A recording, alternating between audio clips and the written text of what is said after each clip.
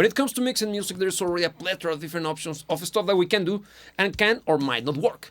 One of the things I recommend you to always try to go as fast or as early as possible is to create the sense of ambience, which will in turn add a little bit of glue and kind of keep the feel of the entire mix feeling put together, almost like if you already applied compression.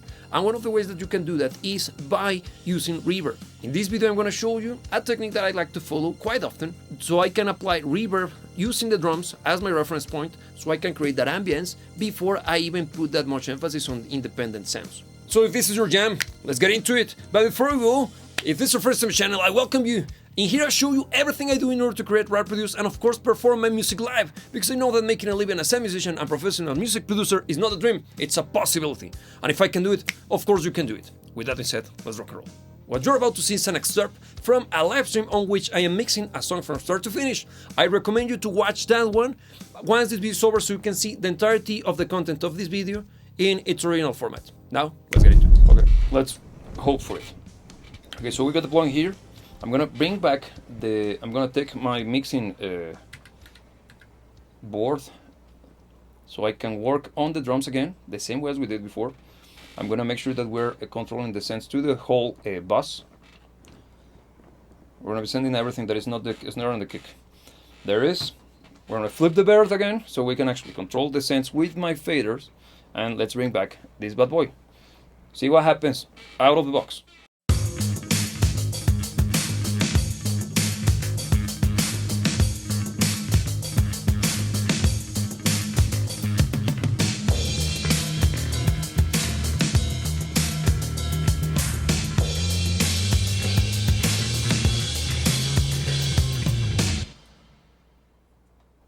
Could you hear it? Yeah.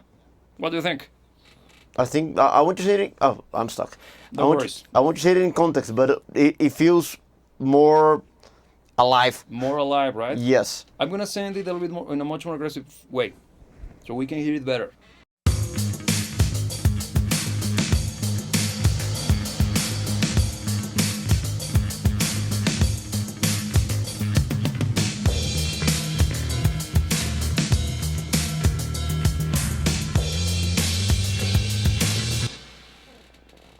Now you could hear it, right? Yeah. What do you think?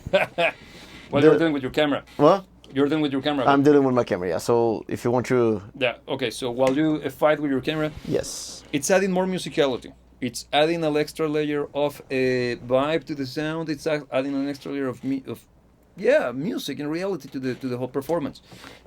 I decided to go for this one because it's a convolution-based reverb.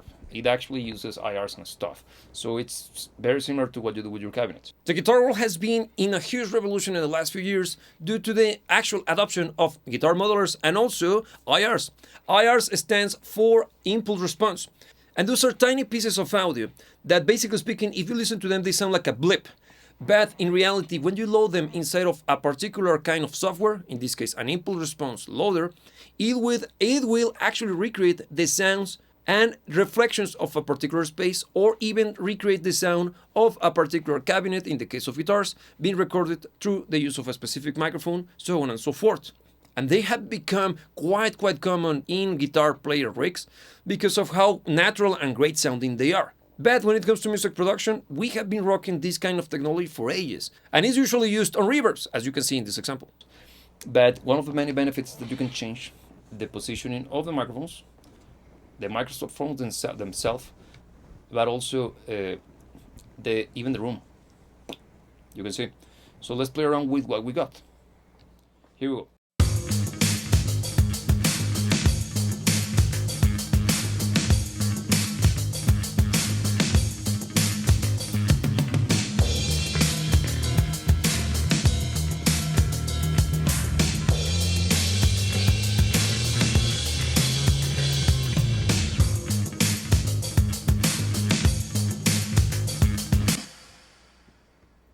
By the way, if you haven't liked this video, please let me know by clicking on the like button. Let's continue watching. So good, right? Which one do you think is the best?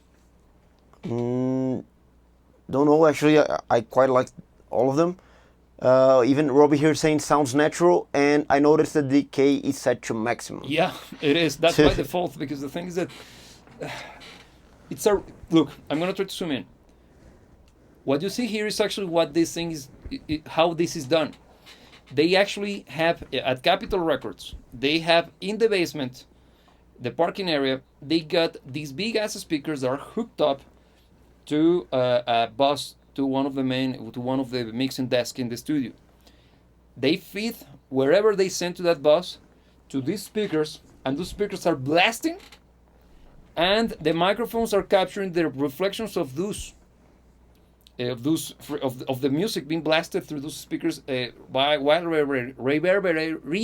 reverberating in the room. What a mouthful! That's why when you move the look, there's a door that opens. Okay. Yeah. So that's how it does it. How it's done. And since the decay is normally quite short in this kind of sounds, that's why I didn't even bother with this, but I would apply a little bit of pre-delay to make it even more natural. As when it comes to everything in life, there is no such a thing as a one-trick pony, and in the case of reverb, we can use it to do many things, depending on the approach that we got for it. In this case, in this example, we're working with it, using it to create an ambience, to create and add some form of reality to the sound of a set of drums that were actually coming out of Drummer from Logic. This is not a real live performance. But you can also use reverbs to create something larger than life, to add a sense of dimension, and also to give this particular feel of something feeling like dreamlike or bigger than it actually is. Let's play around, because in my opinion, Room 4 is the one that got the cake. Let's try the same positioning, but let's try different microphones. These guys are behaving correctly, and these are C57s. So let's try, we already got these guys, which are the SM80. Let's see.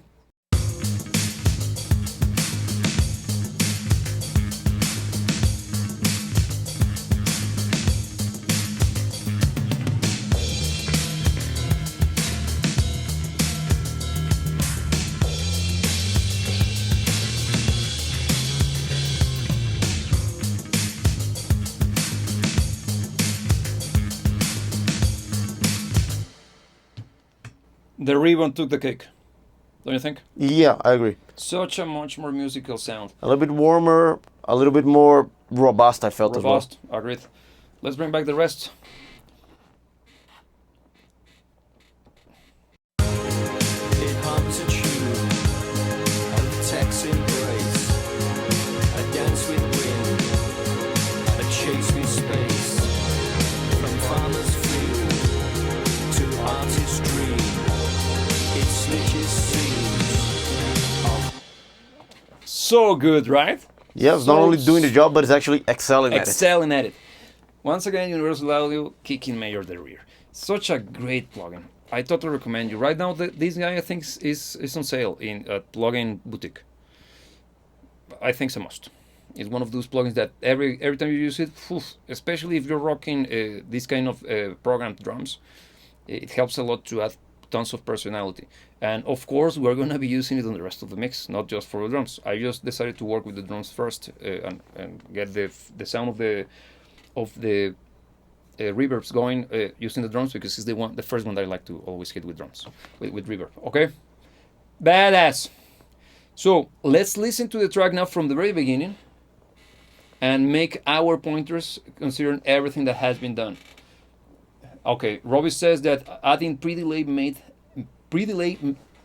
the biggest difference, 100%, because by applying pre-delay, you are letting the actual transient, the source of the reverb, cut through before the reverb tail kicks in.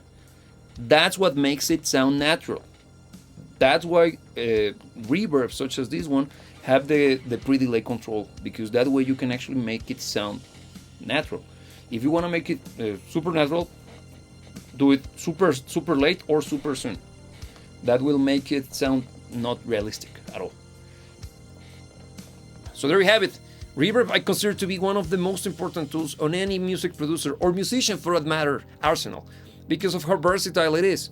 If you look at reverb as a way to add or enhance the emotion of a track, please feel free to do it, because actually that's the whole point of reverbs. It's not just to make it feel more natural. When you start to look at it from that perspective, you start to appreciate how useful it is as a tool.